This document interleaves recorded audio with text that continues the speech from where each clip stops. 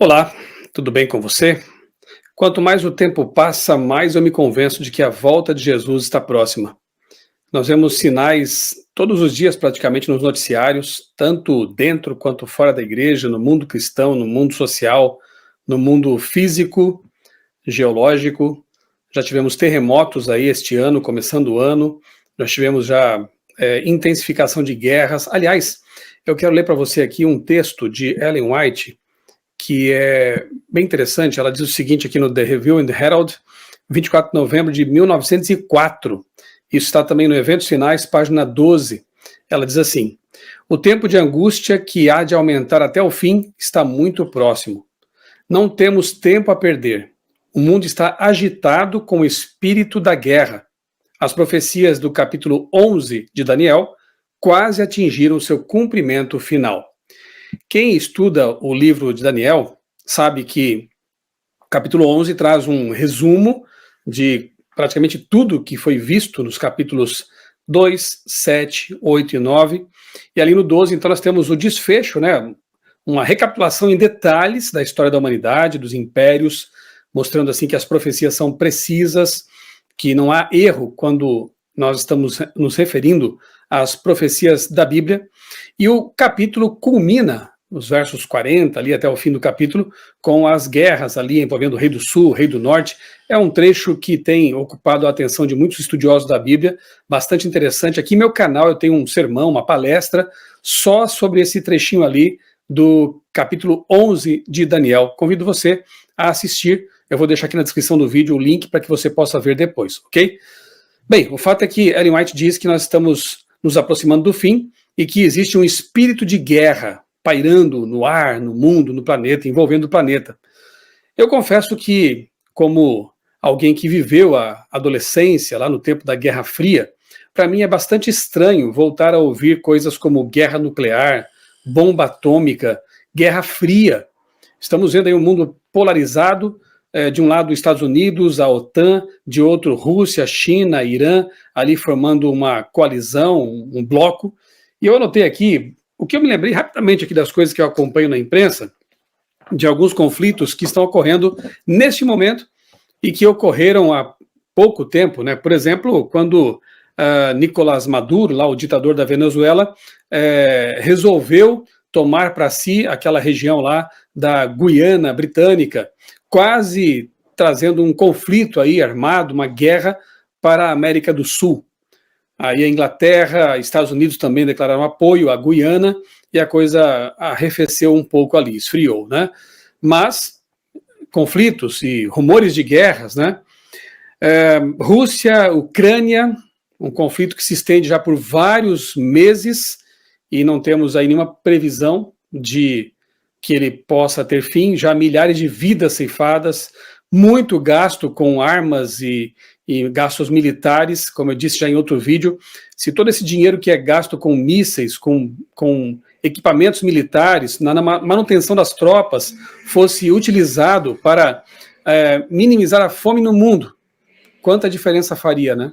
Para desenvolvimento de países mais pobres, quanta coisa boa poderia ser feita com esse dinheiro todo. São bilhões e bilhões gastos todos os dias nessas guerras. Rússia, Ucrânia, Rússia querendo anexar territórios ucranianos, invadindo a Ucrânia e ceifando vidas. Agora, a Rússia de Putin, na verdade, querendo de volta o Alasca. Você viu isso na imprensa aí? Ele argumentando que o Alasca foi vendido para os Estados Unidos lá nos anos 1800 e alguma coisa, e foi comprado por um preço baixo. Enfim, o negócio foi feito com os antepassados ali dos russos, né? E agora Putin vem com o argumento de que aquele território foi invadido, foi anexado pelos Estados Unidos.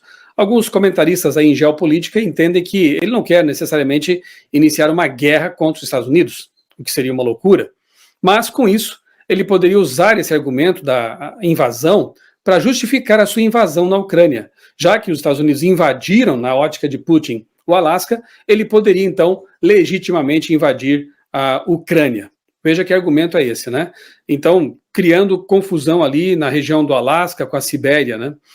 Nós temos aí as tropas da OTAN sendo mobilizadas fazia muito tempo que as tropas da OTAN não eram mobilizadas esperando um conflto iminente com quem? Com a Rússia e com seus aliados. E foi dito assim de forma bem clara por um dos líderes aí das tropas da OTAN, de que a intenção dessa mobilização é uma defesa de uma possível invasão russa à Europa mesmo, né? Então, veja, as tropas da OTAN ali se mobilizando.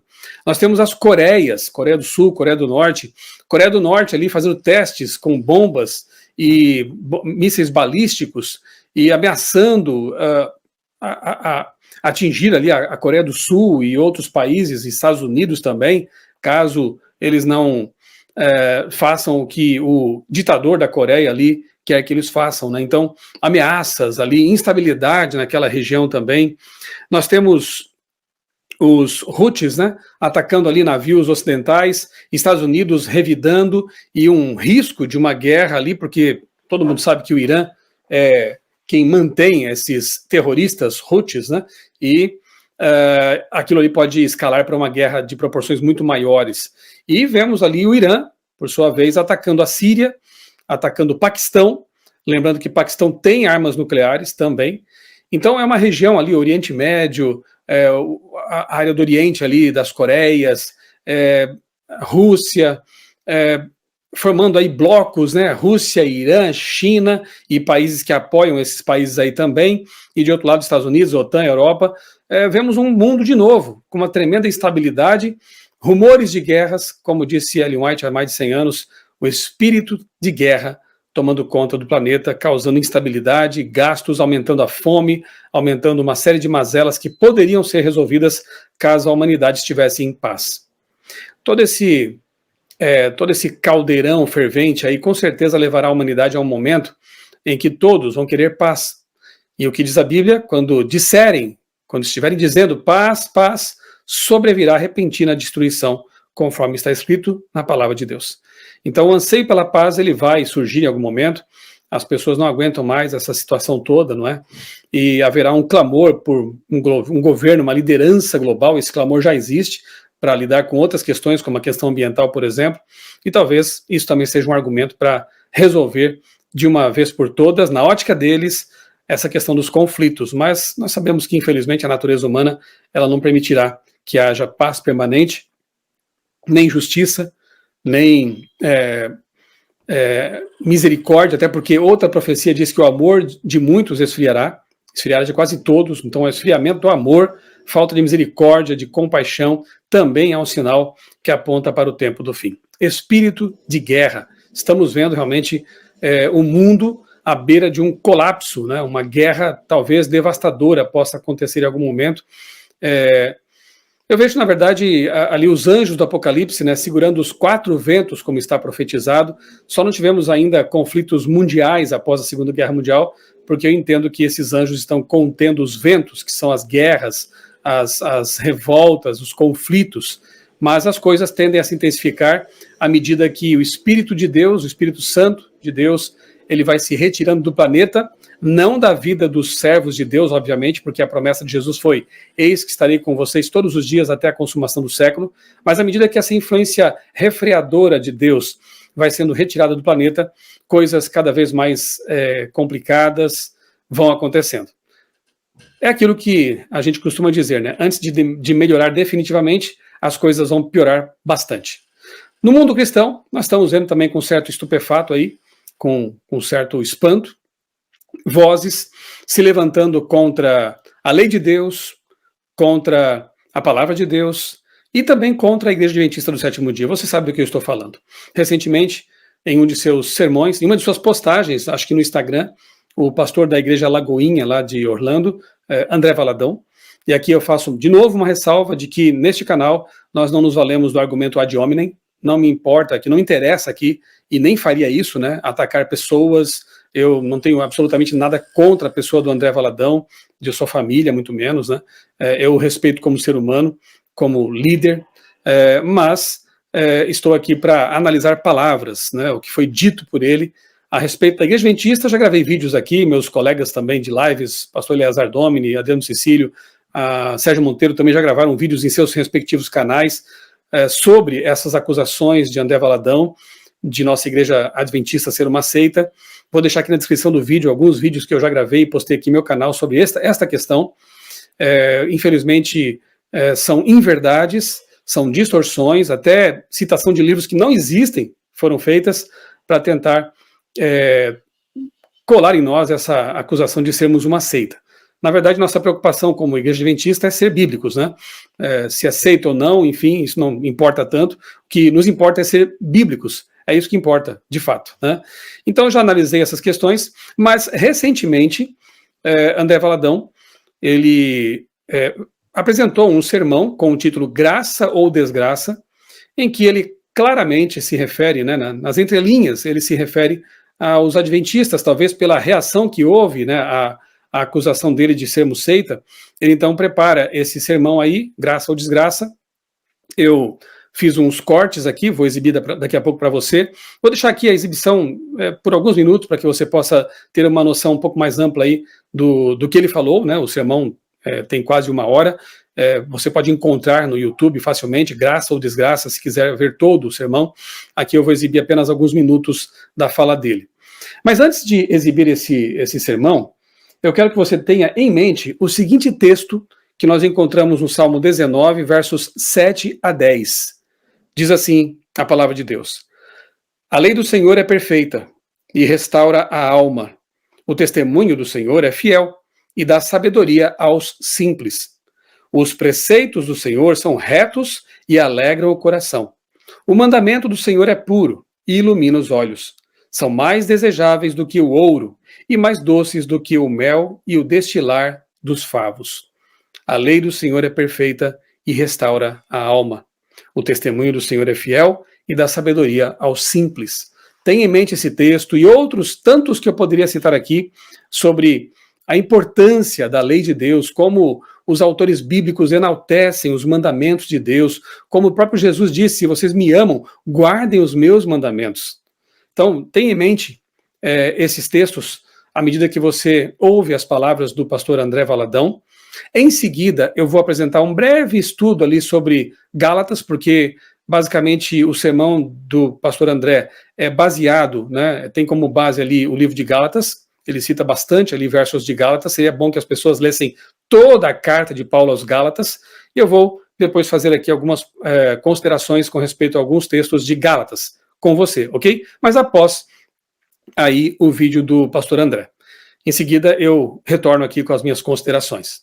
Olha para quem está do teu lado e fala assim: graça ou desgraça? Aí você tem que responder: graça ou desgraça? Céu ou inferno? Hã? Luz ou trevas? Vou perguntar de novo: graça ou desgraça? Quando Jesus ali na cruz, ele grita, ele não grita nenhuma lei, ele não grita para o Pai, senão outra coisa. Ele estendido na cruz, ele grita: está consumado, está pago. Ele não grita: divide 10 vezes, tem mais alguma coisa para fazer, espera mais um pouco. Ele grita na cruz: acabou. O que Jesus gritou na cruz foi: chega, acabou, está consumado, está pago. Eu não sei você, mas eu dava um brado de louvor a Deus melhor do que esse. O que Jesus gritou foi: chega, acabou, chega da lei, chega do velho, chega, acabou. Foi isso que ele disse. Sem constrangimento, fala para quem está do seu lado: sai dessa desgraça e vai para a graça. Fala: sai dessa desgraça e vai para a graça. Aplauda o nosso Deus se você crê nisso. Sai dessa desgraça e vai para a graça. Charles Spurgeon, ele falou algo muito forte. Ele disse: a graça de Deus não deve ser apresentada enquanto o indivíduo não sentir o peso da lei. Eu amo essa frase. Porque enquanto você não discernir quão desgraçada é a lei, você nunca vai conseguir desfrutar da beleza da graça.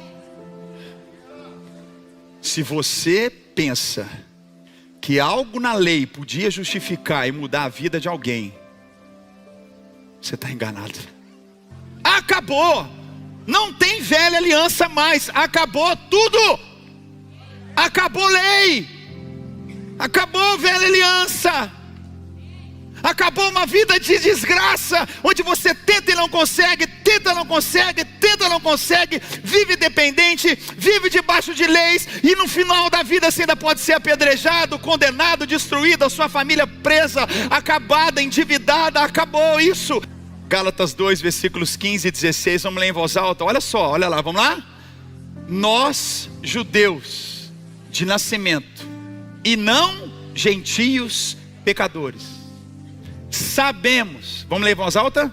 Sabemos que ninguém é justificado pela prática da lei, mas mediante a fé em Jesus Cristo.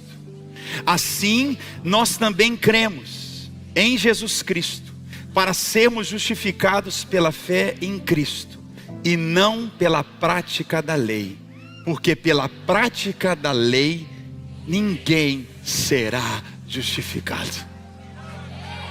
Não tem jeito.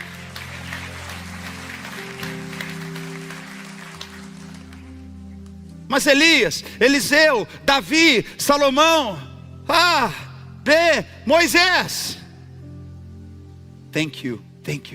Obrigado. Mas eu fico com Jesus. O cristão não olha a lei, o cristão olha Cristo. Cristão. Senão seria leitão. Não pode leitão. Nem pode. Cristão. O cristão olha para Cristo, não tem lei. Senão é leitão. Meu Deus, isso veio agora. Não tem. Obrigado por Moisés, pela lei, mas ela não salva. Ele deixa claro, ele diz: a graça e a verdade não está na lei, a verdade está em Cristo.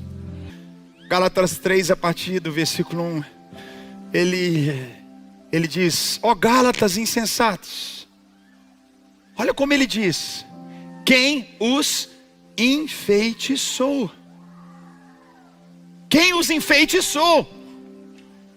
Não foi diante dos seus olhos que Jesus Cristo foi exposto como crucificado?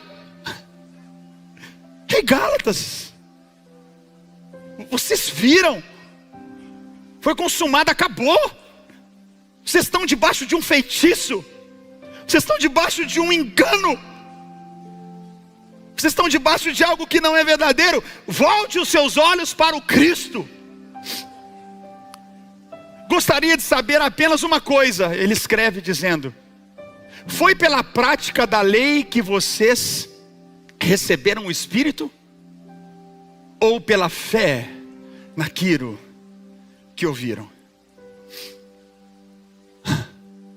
Será que vocês são tão insensatos que, tendo começado pelo Espírito, querem agora se aperfeiçoar pelo esforço próprio?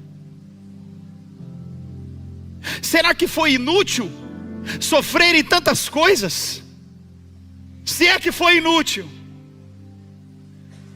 aquele que lhes dá do seu Espírito e opera milagres entre vocês, realiza essas coisas pela prática da lei ou pela fé com a qual vocês receberam? Moisés forma um povo, uma cultura, uma lei que carrega uma tentativa de graça, mas é desgraça. Por isso, Abraão acessou pela fé, não pela lei. O que ele recebeu foi considerado justiça. Então o que Deus fez em Abraão supera um povo, uma cultura, uma linguagem de um tempo.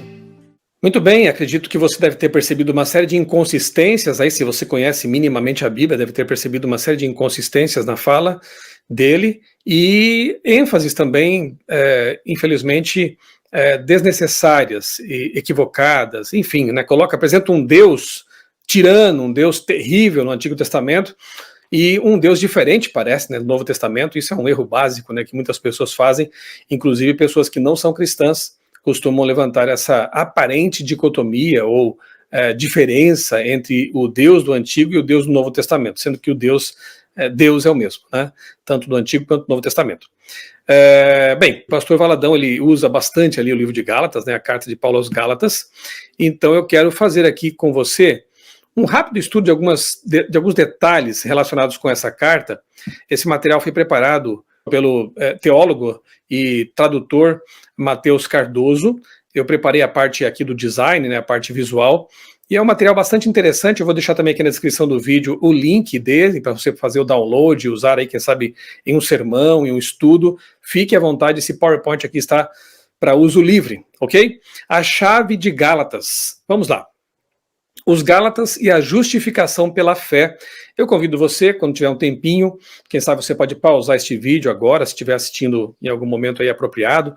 Gálatas capítulo 3, versos 1 a 5. Leia em sua Bíblia e depois continue aqui com a minha explicação. Os Gálatas já haviam recebido a justificação e isso havia ocorrido somente pela fé. Paulo diz assim nos versos 1 e 2: Ó Gálatas insensatos, quem os enfeitiçou? Foi pela prática da lei que vocês receberam o Espírito ou pela fé naquilo que ouviram? Aí vem Abraão, né, e a justificação pela fé, em Gálatas 3, de 6 a 9. Abraão foi justificado apenas pela fé, obviamente, e o verso 6 diz: considerem o exemplo de Abraão. Ele creu em Deus, e isso lhe foi creditado como justiça. O que não quer dizer que Abraão não tenha obedecido, né? Muito pelo contrário, Abraão obedeceu a Deus em circunstâncias assim muito probantes, né? Como, por exemplo, deixar sua cidade e ir para uma terra que ele não conhecia. Então, dizer que Abraão não foi obediente a Deus é realmente algo muito, muito ruim, né? Muito antibíblico. Nós e a justificação pela fé. É evidente que diante de Deus ninguém é justificado pela lei, pois o justo pela fé viverá. É o que está no verso 11. Então, somos salvos apenas pela fé. Como, então, entender o que Paulo escreveu sobre a lei ali em Gálatas? Vamos ver, então, uma série de textos aqui em que Paulo apresenta a lei com uma cara positiva, né? Textos positivos sobre a lei. Se nós percebemos assim que Paulo está criticando a lei e tornando a lei algo mal em si mesma, nós talvez tenhamos que admitir que Paulo está em contradição, e aí não seria Paulo inspirado por Deus, né? Mas não é bem assim, você perceberá. Então nós temos aqui uma lista de textos, não é assim uma lista exaustiva, são alguns poucos textos, para a gente já perceber que sim, há textos em que Paulo apresenta um aspecto positivo da lei e há outros textos em que ele fala algo aparentemente diferente. Veja só, Romanos 3,31. Anulamos então a lei pela fé? De maneira nenhuma. Ao contrário, confirmamos a lei. Veja só. Depois, em Romanos 7,12, ele diz: a lei é santa e o mandamento é santo, justo e bom. Como alguém pode se atrever a chamar a lei de Deus, que Paulo chama de santa, justa e boa, de desgraça, de algo tão ruim quanto uma desgraça? Lamentável, né? Para Paulo, a lei de Deus não é isso. A lei de Deus é santa, justa e boa. Mas há textos negativos de Paulo sobre a lei também. Veja só, Romanos 7,6, na mesma carta aos Romanos, ele diz: agora, morrendo para aquilo que antes nos prendia, fomos libertados da lei.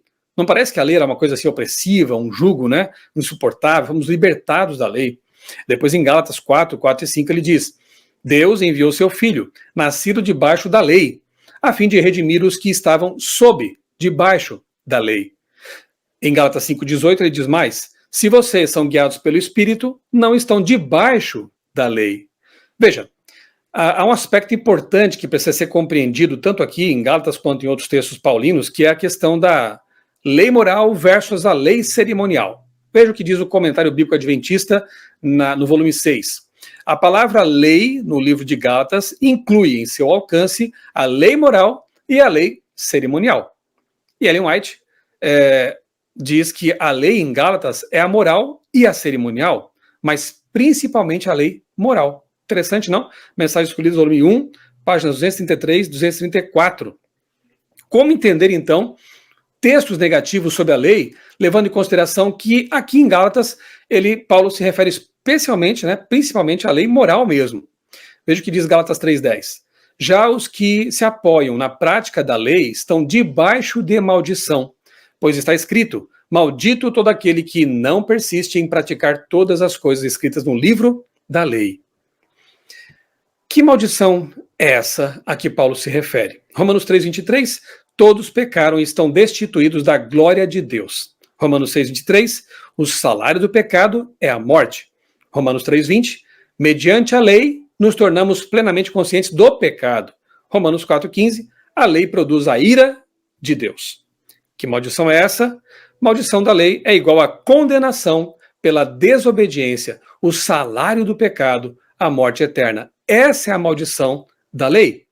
Já os que se apoiam na prática da lei estão debaixo de maldição, pois está escrito: maldito todo aquele que não persiste em praticar todas as coisas escritas no livro da lei. Gálatas 3:10. E no verso 13 lemos: Cristo nos redimiu da maldição da lei, quando se tornou maldição em nosso lugar. Pois está escrito: maldito todo aquele que for pendurado no madeiro. Cristo pagou o preço da salvação. Ele morreu em lugar dos pecadores e nos livrou da condenação que pertencia a nós mesmos. Diz Ellen White em Mensagens Escolhidas, volume 1, páginas 236 e 237. A lei de Deus, proclamada em terrível majestade no Sinai, é a declaração de condenação ao pecador. A função da lei é condenar, mas não há nela nenhum poder para perdoar ou redimir. Ela traz escravidão e morte aos que permanecem debaixo de sua condenação. Esse é um texto bom também para mostrar para as pessoas que nos acusam de forma errônea de que nós, adventistas, estaríamos ensinando e crendo que somos salvos pela guarda dos mandamentos. Veja só o que diz aqui, que a lei a sua função não é salvar, mas condenar, mostrar o pecado. E assim, as pessoas que se dão conta de seus pecados, se dão conta de sua escravidão, porque estão debaixo da condenação. Os que se apoiam na prática da lei estão debaixo de maldição, diz Gálatas 3:10. Essa é a primeira das 6 expressões em Gálatas que começam com as palavras debaixo de. Vamos conferir? Todas essas expressões são paralelas e apresentam a mesma ideia. Gálatas 3:10, debaixo de maldição. 3:22, debaixo do pecado. 3:23, 4, 5, 21 e 5:18, debaixo da lei. 3:25, debaixo do disciplinador. 4:2, debaixo de guardiães e administradores. 4:3, debaixo dos elementos do mundo. Antes que viesse a fé, éramos guardados debaixo da lei, confinados para a fé que seria revelada. Gálatas 3:23. A Escritura confinou tudo debaixo do pecado, para que a promessa, que é pela fé em Jesus Cristo, fosse dada aos que creem. Ou seja, debaixo da lei quer dizer debaixo do pecado. O pecado que é evidenciado pela lei. Deus enviou seu Filho, nascido debaixo da lei, a fim de redimir os que estavam sob a lei. Cristo nos redimiu da maldição da lei, quando se tornou maldição em nosso lugar. Ou seja, debaixo da lei quer dizer debaixo da maldição da lei. Ellen White ainda diz: a plena certeza de esperança em crer em cada palavra de Cristo, em crer nele, sendo unidos a ele por fé viva. Quando essa é a experiência do ser humano, ele não mais está debaixo da lei, porque a lei não mais condena o seu procedimento. Percebeu? Ele passa a estar debaixo da graça. Então, os textos negativos de Paulo correspondem à condenação da lei. Não que a lei seja ruim, seja deplorável, seja desgraçada ou coisa parecida. A lei tem a função de condenar o pecador para que ele vá a Jesus como aquele que vai limpá-lo, perdoá-lo, resgatá-lo. Na cruz, Cristo nos libertou da condenação da lei, o salário do pecado, a morte eterna, não da obediência à lei. Perceba isso. Jesus não veio nos libertar da obediência a seus mandamentos, que são bons, que é uma lei santa, justa e boa, mas veio nos libertar da condenação da lei. Nesse sentido, a lei é negativa, porque ela aponta o pecado do pecador. Então, Por outro lado, os textos positivos de Paulo sobre a lei são equivalentes à obediência à lei. Cumprir toda a lei. Toda a lei se cumpre num só mandamento, ame seu próximo como a si mesmo, Gálatas 5,14. Cumprir a lei de Cristo, né, como está em Gálatas 6,2, cumpram a lei de Cristo. Ora, Paulo está confuso ou, na verdade, nós temos que entender que Paulo está se referindo ao aspecto negativo da lei como aquela que condena o pecador e aos aspectos positivos da lei como aquela que protege o pecador, que mostra que Jesus é a solução para o seu pecado. A fé não anula, mas confirma a lei, diz Paulo em Romanos 3,31. Anulamos a lei pela fé? De maneira nenhuma. Ao contrário, confirmamos a lei. Somente quem tem fé em Deus é que obedece à lei de Deus. Somente quem ama Jesus obedece à lei de Deus. Cristo morreu para tornar possível a obediência à lei. Deus enviou seu filho, seu próprio filho, a fim de que as justas exigências da lei fossem plenamente satisfeitas em nós. Nós só podemos ser fiéis a Deus, obedecer seus mandamentos, quando Cristo habita em nós. Ele que opera em nós tanto o querer quanto o realizar, segundo a sua boa vontade. Quando a pessoa manifesta a raiva da lei de Deus, a aversão à lei de Deus, na verdade, isso é uma evidência de que a pessoa não está vivendo no Espírito. Porque se ela amasse Jesus de todo o coração, diria como Davi, ó, como amo a tua lei. Né? Para Davi dizia que meditava na lei de Deus de dia e de noite, ao deitar e ao levantar. Ele amava a lei de Deus, como eu também amo a lei de Deus, porque ela foi criada por Deus, para o nosso bem. Deus escreve em nosso coração a sua lei. Olha o que diz Paulo em Hebreus 10,16. Esta é a aliança que farei com eles, depois daqueles dias, diz o Senhor. Porei as minhas leis em seu coração e as escreverei em sua mente, para que guardar os mandamentos de Deus seja algo natural para nós mesmos, né?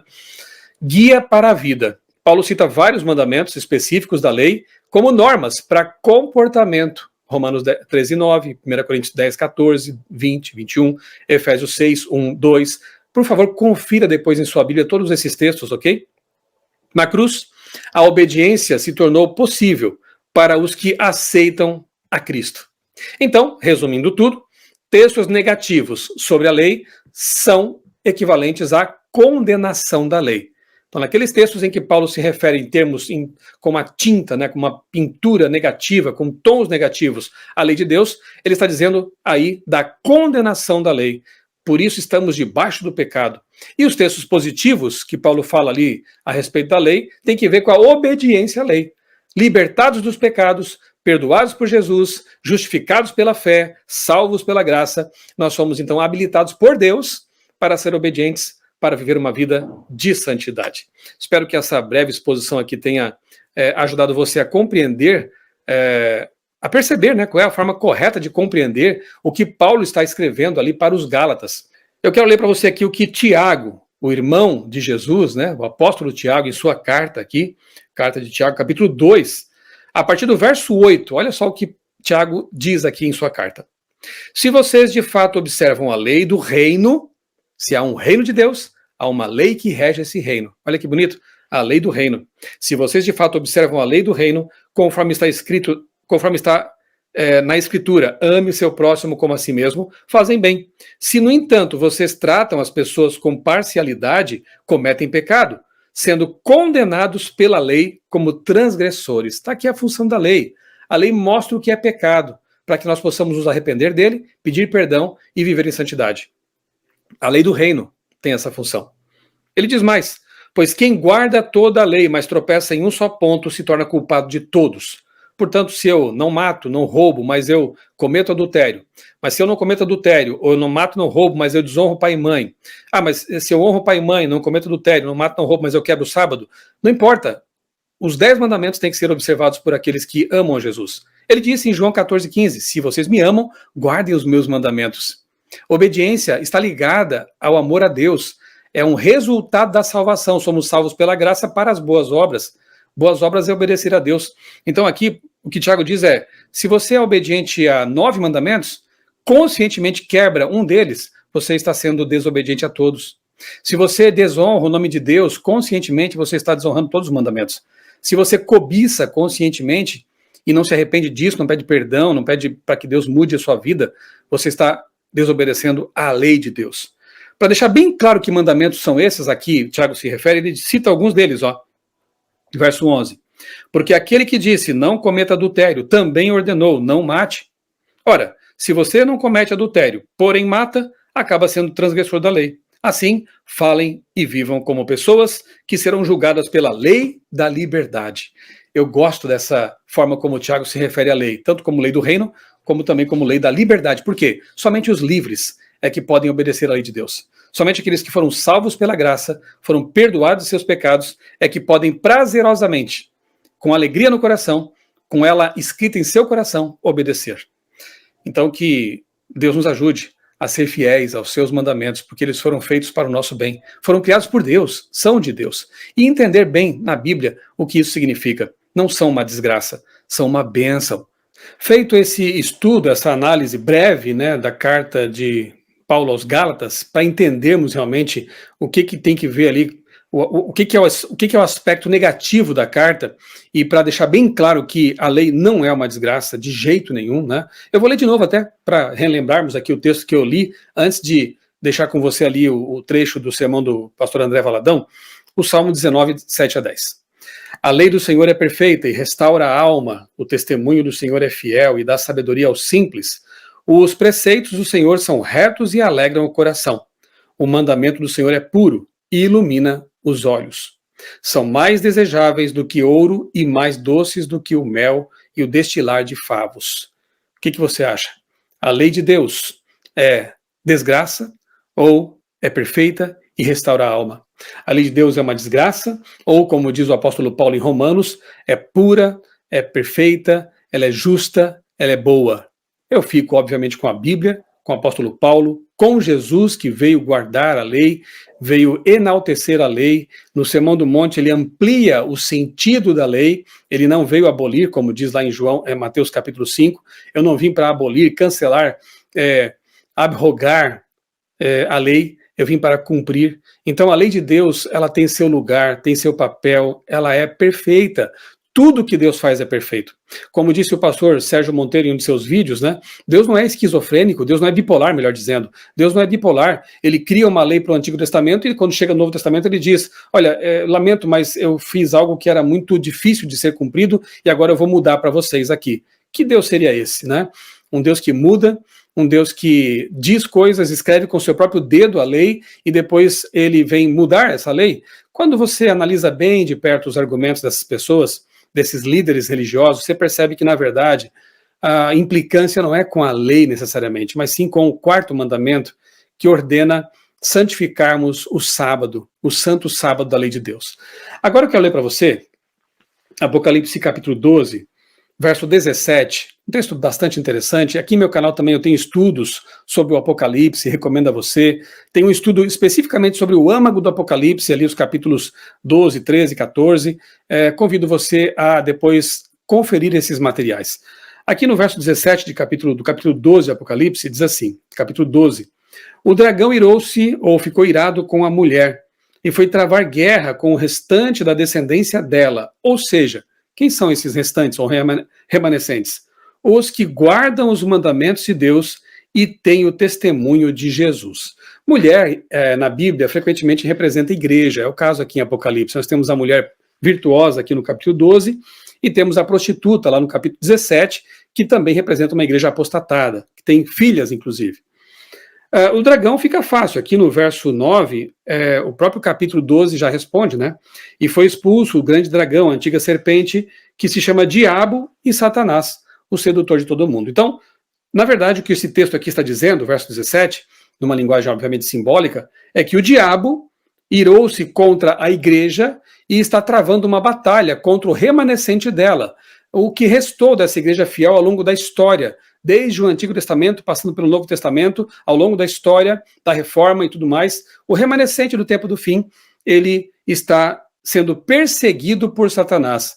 E esse remanescente tem basicamente duas características, você percebeu? Guarda os mandamentos de Deus e tem o testemunho de Jesus. Mas o que é o testemunho de Jesus? Os mandamentos de Deus eu já sei o que é, né? Eu já sei que estão lá em Êxodo capítulo 20, né? Os mandamentos, os 10 mandamentos, incluindo ali o quarto que tem que ver com o sábado, que é o mandamento que envolve toda essa controvérsia. Agora, o que é o testemunho de Jesus? Aqui em Apocalipse 19, no verso 10, O próprio Apocalipse, o próprio João nos diz o que é o testemunho de Jesus, né? Que bom quando encontramos na própria Bíblia respostas para perguntas que ela faz, né? Então aqui no 19, verso 10, nós lemos assim: o testemunho, vem no finalzinho do verso, o testemunho de Jesus é o espírito da profecia. Então, o povo de Deus nos últimos dias, ele tem duas características básicas: guarda os mandamentos de Deus, como estão na Bíblia, e tem o espírito de profecia. Dá valor a isso, né? Dá valor à lei de Deus e ao dom profético. O dom profético é aquele que perpassa toda a Bíblia e vai até o tempo do fim, até a volta de Jesus. Como que eu posso provar isso? Bem, na Bíblia não é difícil, né? Você tem ali desde Moisés, Noé, Isaías, Jeremias, Daniel, todos os profetas do Antigo Testamento. No Novo você tem João, você tem Paulo, você tem os profetas do Novo Testamento, mas você tem os profetas da Bíblia, como Joel, no capítulo 2 de seu livro, e Paulo em Efésios e outros textos mais, dizendo que o dom profético ele seria derramado sobre jovens, sobre idosos, haveria sonhos e visões proféticos, e esses dons, esse dom de profecia, assim como outros dons espirituais, permaneceria na igreja verdadeira até o fim do tempo.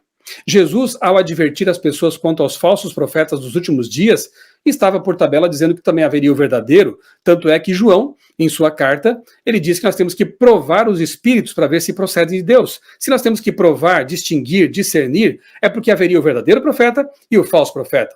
Não é difícil você identificar o falso profeta quando você conhece a revelação especial de Deus, que é a Bíblia, que é a suprema regra de fé e prática para todo cristão. A Bíblia está acima de qualquer outra revelação e qualquer outro livro. Agora, isso não significa que Deus não poderia dar revelações e orientações ao seu povo nos últimos dias. Agora, o que temos que fazer é provar. Se um profeta faz previsões que falham, se ele anuncia que um presidente, por exemplo, seria eleito e ele não é eleito, é um falso profeta. Porque os profetas de Deus não falham. Se um profeta diz que foi ao inferno e viu ali as almas dos perdidos queimando, é um falso profeta, porque a Bíblia ensina que a alma, a pessoa é mortal, e quando morre fica na inconsciência até a volta de Jesus. Isso é um conceito bíblico. Se a pessoa diz que Deus mudou o sábado para o domingo e se diz um profeta, é um falso profeta, porque esse texto não existe na Bíblia, percebeu? Se ela afirma que podemos comer qualquer tipo de coisa, qualquer coisa que exista por aí você pode comer, cachorro, rato, porco, frutos do mar, camarão, ela não pode ser um profeta de Deus, porque Deus não muda, Deus não é bipolar. Deus, aquilo que ele revelou para os profetas do passado tem que estar de acordo com os profetas que vêm depois, ou melhor, aquilo que os profetas que vêm depois dizem, falam, escrevem, tem que estar de acordo com o que os profetas anteriores revelaram, porque o Espírito Santo que os inspira é o mesmo. Embora a Bíblia seja o cânon, esteja acima de qualquer revelação, Deus, obviamente, pode se revelar por meio de outras pessoas. O que eu acho curioso é que as igrejas pentecostais falam que ali há profetas e profetas, né, profetas, profetisas aos montes. A igreja adventista do sétimo dia diz que entre esse povo, Deus se manifestou com o dom profético por meio de Ellen White, que teve mais de 2.000 visões e sonhos, escreveu mais de 100.000 páginas, uma autora respeitadíssima nos Estados Unidos, e que escreveu coisas que hoje surpreendem os médicos, os cientistas, os nutricionistas e psicólogos. Uma pessoa que não teve educação formal, nunca frequentou uma faculdade, escreveu coisas que hoje estão sendo confirmadas dia após dia. Isso é formidável, né? É algo maravilhoso. Mas esses mesmos evangélicos pentecostais que manifestam lá, segundo eles, o dom profético, manifesta-se entre eles, segundo eles, o dom profético, embora não sejam fiéis aos mandamentos de Deus, eles invocam, né? Eles ficam aí perturbados quando os adventistas dizem que tem uma profetisa verdadeira entre eles. Você percebeu que o diabo está irado contra um povo, um remanescente do tempo do fim, que guarda os mandamentos de Deus e tem o dom de profecia, que crê no verdadeiro dom de profecia? Não é curioso que justamente esses dois pilares estejam sendo duramente atacados nesses últimos dias? Eu vou ler para você agora um texto que está aqui no livro Testemunhos Seletos, volume 3, na página 19. Olha o que ele vai escreveu aqui há mais de 100 anos também. A questão do sábado será o ponto controverso no grande final conflito em que o mundo inteiro há de ser envolvido. A questão do sábado será um ponto controverso. Muitas pessoas achavam que isso era uma bobagem. Como assim o sábado? O que tem a ver esse assunto? Por que isso vai ser um ponto de controvérsia?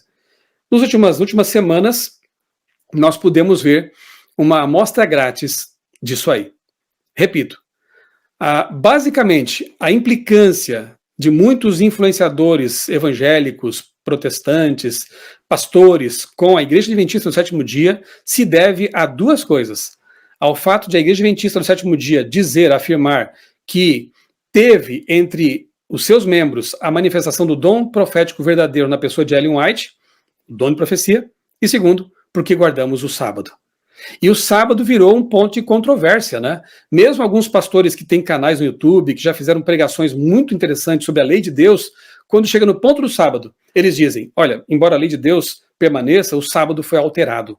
Na nova aliança, ele foi mudado para o domingo ou perdeu a sua validade como dia de repouso. Olha que coisa estranha. O ponto de controvérsia é o sábado. Então, imagine isso no futuro.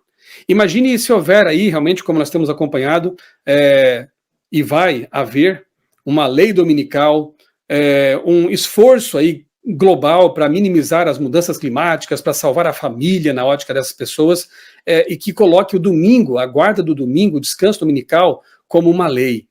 Você acha que aquilo que está acontecendo hoje não vai ser amplificado 1000 vezes? Com certeza.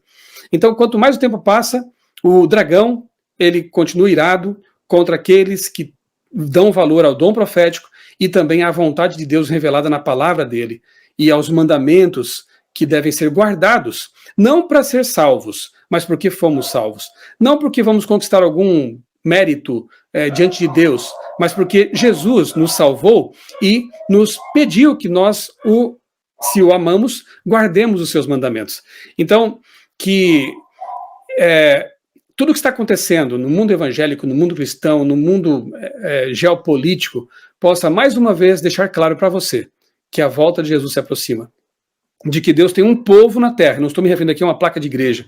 Inclusive, eu acho interessante que em meu canal, eu aqui acompanho todos os comentários que são feitos em meus vídeos, né? Eu vejo pessoas ali da Assembleia de Deus, pessoas da Congregação Cristã no Brasil, pessoas batistas, dizendo, eu compreendi agora, eu estou guardando o sábado. Veja que interessante, né? Pessoas que estão tendo os olhos abertos para o fato de que a lei de Deus, ela é perfeita, não precisa ser alterada, não deve ser adulterada. Na verdade, essa adulteração, essa mudança na lei estava profetizada lá em Daniel capítulo 7, no verso 25 é dito que a ponta pequena, que é o mesmo poder que no Apocalipse 3 é chamada de besta do mar, ela proferiria palavras contra o Altíssimo, blasfêmias, portanto, e cuidaria em mudar os tempos e a lei. Quem mudou a lei não foi a igreja cristã, quem mudou a lei não foi Deus, não foi Jesus, quem mudou a lei foram os seres humanos. E fizeram isso como um ato de blasfêmia e de obstinação. Foram contra Deus. A lei que foi escrita pelo dedo de Deus para nossa proteção, para nossa felicidade, para o nosso deleite, como diz Davi nos Salmos, ela foi alterada por um poder humano. E muitas pessoas seguem nesses passos. Isso é lamentável. Mas é bom ver também que um povo está despertando para as verdades bíblicas. Eu entendo que toda essa celeuma que se criou com essas pregações, com essas acusações à Igreja Adventista, ela acabou sendo usada por Deus para levar os sinceros, os intelectualmente honestos, aqueles que dão valor à palavra de Deus, a um estudo mais profundo da Bíblia.